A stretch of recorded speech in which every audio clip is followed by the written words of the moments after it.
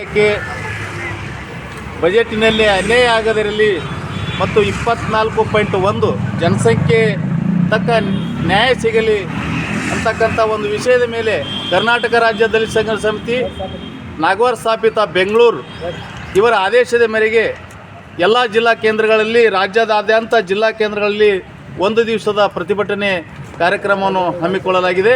ಈ ಕಾರ್ಯಕ್ರಮದ ಮುಖ್ಯ ಉದ್ದೇಶಗಳು ಏನಾಗಿವೆ ಅಂತಂದರೆ, ಏನು ಒಳ ಮೀಸಲಾತಿಯಲ್ಲಿ ಒಂದು ರೋಸ್ಟ್ರು ಬಿಂದುವಿನಲ್ಲಿ ಏನು ತೊಂದರೆ ಆಗಿದೆ, ಆ ತೊಂದರೆಯನ್ನು ಸರಿಪಡಿಸಬೇಕು, 101 ಜಾತಿಗಳಿಗೆ ಸರಿಪಡಿಸಬೇಕಂತಕ್ಕಂಥ ಒಂದು ಪ್ರಮುಖ ಬೇಡಿಕೆ ಇದೆ. ಯಾರೂ ದಯಮಾಡಿ ಒಂದು ಅಣ್ಣ ತಮ್ಮದರಲ್ಲಿ ನಾನು ಮನವಿ ಮಾಡಿಕೊಳ್ಳುವುದೇನೆಂದರೆ, ಈ ಒಳ ಮೀಸಲಾತಿ ವಿರೋಧಿ ಯಾರೂ ಇಲ್ಲ. ಯಾಕಂತಂದರೆ ಒಳ ಮೀಸಲಾತಿಯಲ್ಲಿ ಆದಂಥ ಒಂದು ರೋಸ್ಟ್ರು ಬಿಂದುವಿನಲ್ಲಿ ಸರಿಪಡಿಸಿ ಮಾಡಿಕೊಡಲು ಮಾನ್ಯ ಮುಖ್ಯಮಂತ್ರಿಗೆ ನಾವು ಇವತ್ತು ಮನವಿ ಕೊಡ್ತಾ ಇದ್ದೇವೆ. ಯಾಕಂತಂದರೆ ಅಣ್ಣ ತಮ್ಮದರ ಪಾಲು ಸಮನಾಗಿರಬೇಕು. ಯಾಕಂತಂದರೆ ಎ ಮತ್ತು ಬಿ ಸಿ ಗುಂಪಿನಲ್ಲಿ ಯಾರಿಗೆ ಅನ್ಯಾಯ ಆಗಿರಬಾರ್ದು. ಇವತ್ತು ಅದು ಒಬ್ಬರೇ ಒಂದು ಎ ಗುಂಪಿಗೆ ಹೋಗಿರ್ತಕ್ಕಂಥ ಒಂದು ಹುದ್ದೆಗಳು ಅದನ್ನು ಎಲ್ಲರಿಗೆ ಸರಿಪಡಿಸಬೇಕು ಅಂತಕ್ಕಂಥ ಒಂದು ವಾದ ಇದೆ. ಆದರೆ ಹಾಸ್ಟೆಲ್ನಲ್ಲಿ ಅರ್ಜಿ ಹಾಕಿರ್ತಕ್ಕಂಥ ಎಲ್ಲ ಬಡ ಮಕ್ಕಳಿಗೆ ಹಾಸ್ಟೆಲ್ನಲ್ಲಿ ಅವಕಾಶ ಮಾಡಿಕೊಡಬೇಕು.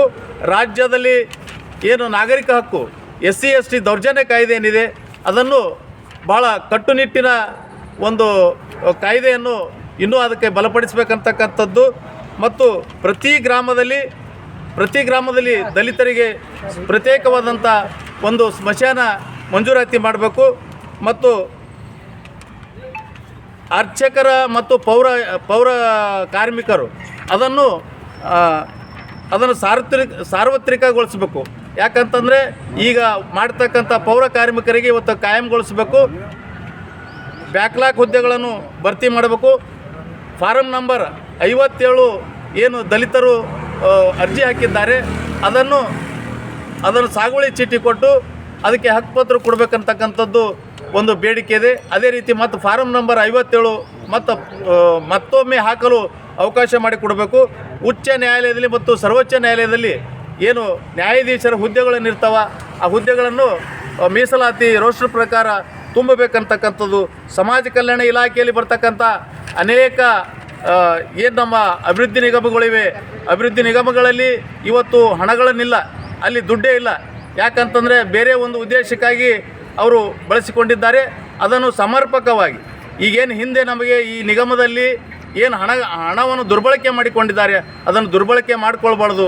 ಈ ಒಂದು ಮುಂಬರುವ ಬಜೆಟಿನಲ್ಲಿ ಒಂದು 24.1 ಅನುಗುಣವಾಗಿ ಎಲ್ಲ ಜಾತಿಯ ಅನುಗುಣವಾಗಿ ಅದನ್ನು ಬಳಸಬೇಕಂತಕ್ಕಂಥದ್ದು ನಮ್ಮ ಬೇಡಿಕೆ ಇದೆ. ಅದೇ ರೀತಿಯಾಗಿ ಈ ಹಿಂದೆ ರಾಮಣ್ಣ ನೂಲ ಹೋಗ ಅಂಥೇಳಿ ನಾವು ಇವತ್ತಿನ ದಿವಸ ಕರ್ನಾಟಕ ರಾಜ್ಯ ದಲಿತ ಸಂಘರ್ಷ ಸಮಿತಿ ನಾಗವಾರ ಅವರ ಸ್ಥಾಪಿತ ಸಂಘಟನೆಯಲ್ಲಿ ಕಲಬುರಗಿ ಜಿಲ್ಲೆಯ ಸಂಚಾಲಕರಾಗಿ ಕೆಲಸ ಮಾಡ್ತಾಯಿದ್ದೇವೆ. ಇವತ್ತಿನ ದಿವಸ ನಾವು ಪ್ರತಿ ಜಿಲ್ಲೆಗಳಲ್ಲಿ, ಕರ್ನಾಟಕದ ಪ್ರತಿ ಜಿಲ್ಲೆಗಳಲ್ಲಿ ಒಂದೇ ಸಮಯದಲ್ಲಿ ನಾವು ಇವತ್ತು ಪ್ರತಿಭಟನಾ ಧರಣಿಯನ್ನು ಹಮ್ಮಿಕೊಂಡಿದ್ದೇವೆ. ಕಾರಣ ಏನಂದ್ರೆ ಈಗ SC STಯಲ್ಲಿ ಭಾಳ ಸರ್ಕಾರ ಅನ್ಯಾಯ ಮಾಡ್ತಾಯಿದೆ. ನಮಗೆ ಈಗ ರೋಸ್ಟ್ರು ಬಿಂದುವಿನಲ್ಲಿ ಭಾಳ ಅನ್ಯಾಯ ಮಾಡ್ತಾಯಿದೆ. ಈಗ ಧಾರವಾಡ ಯೂನಿವರ್ಸಿಟಿಯಲ್ಲಿ 9 ಹುದ್ದೆಗಳಿದ್ದು ಆ 9 ಹುದ್ದೆಗಳಲ್ಲಿ 9 ಹುದ್ದೆ A ಮತ್ತು B C ಅಂತಕ್ಕಂಥ ಗುಂಪಿಗೆ ಸಮಾನವಾಗಿ ಹಂಚಿಕೆ ಮಾಡೋದ ಬದಲಾಗಿ A ಗುಂಪಿಗೆ ಸೀಮಿತವಾಗಿ ಇಟ್ಟಿರ್ತಕ್ಕಂಥದ್ದು ನಾನು ಅದನ್ನು ಖಂಡಿಸ್ತಾ ಇದ್ದೇನೆ. ಅದಕ್ಕೆ ಸರ್ಕಾರ ಈ ರೋಸ್ಟರ್ ಬಿಂದುವನ್ನು ಸರಿಪಡಿಸಬೇಕು ಅಂಥೇಳಿ ನಾವು ಇವತ್ತು ಜಿಲ್ಲಾಧಿಕಾರಿಯವರ ಮುಖಾಂತರ ಮಾನ್ಯ ಸಿದ್ದರಾಮಯ್ಯ ಸಾಹೇಬರಿಗೂ ಕೂಡ ಈ ಮನವಿಯನ್ನು ಸಲ್ಲಿಸ್ತಾ ಇದ್ದೇವೆ. ಅದೇ ರೀತಿ ಪ್ರತಿ ಗ್ರಾಮದಲ್ಲಿ ದಲಿತರಿಗೆ ಇವತ್ತೇನಪ್ಪ ಅಂದರೆ ಸ್ಮಶಾನದ ಭಾಳ ತೊಂದರೆಯಾಗಿರ್ತದೆ.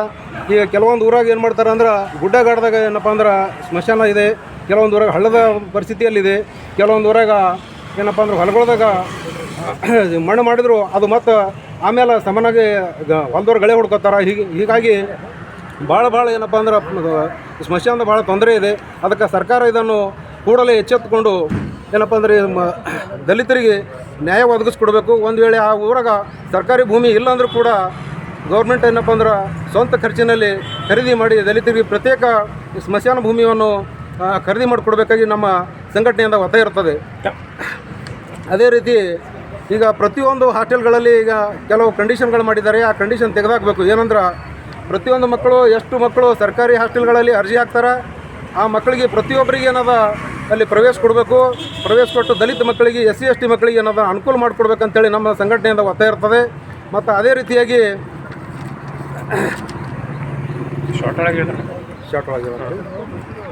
ಯಾಕಂದರೆ ಇವತ್ತು ಕರ್ನಾಟಕ ರಾಜ್ಯ ದಲಿತ ಸಂಘರ್ಷ ಸಮಿತಿ ಜಿಲ್ಲಾ ಸಮಿತಿ ವತಿಯಿಂದ ಇವತ್ತು ಪ್ರತಿಭಟನೆಯನ್ನು ಮಾಡೋದರ ಮುಖಾಂತರ ಮಾನ್ಯ ಮುಖ್ಯಮಂತ್ರಿಗಳಿಗೆ, ಜಿಲ್ಲಾಧಿಕಾರಿಗಳಿಗೆ ಮನವಿ ಕೊಡೋದರ ಮುಖಾಂತರ ಇವತ್ತಿನ ದಿವಸ ವಿಷಯ ಪ್ರತಿಯೊಂದು ವಿದ್ಯಾರ್ಥಿಗೆ ಶಿಕ್ಷಣಕ್ಕೆ ಬಹಳ ಮಹತ್ವವಿದೆ. ಇವತ್ತಿನ ದಿವಸ ಬಾಬಾ ಸಾಹೇಬ್ ಅಂಬೇಡ್ಕರ್ ಅವರ ಶಿಕ್ಷಣಕ್ಕೆ ಬಹಳ ಗೌರವವನ್ನು ಕೊಟ್ಟು ಇವತ್ತಿನ ದಿವಸ ನಮ್ಮ ದೇಶದಲ್ಲಿ ಉನ್ನತ ಮಟ್ಟಿಗೆ ಏರಿ ಇವತ್ತು ನಮ್ಮ ದೇಶದ ಹೆಸರನ್ನು ತಂದಿದ್ದಾರೆ.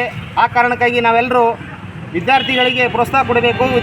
ಪ್ರತಿಯೊಂದು ವಿದ್ಯಾರ್ಥಿಗಳು ಹಾಸ್ಟೆಲ್ಗಳಿಗೆ ಅರ್ಜಿಗಳನ್ನು ಹಾಕಿದರೆ ಪ್ರತಿಯೊಂದು ವಿದ್ಯಾರ್ಥಿಗಳಿಗೆ ಸೆಲೆಕ್ಟ್ ಮಾಡುವಂಥ ರೀತಿಯಲ್ಲಿ ಕೆಲಸವನ್ನು ಮಾಡಬೇಕು ಅಂತ ಹೇಳ್ತಾ ನಾನು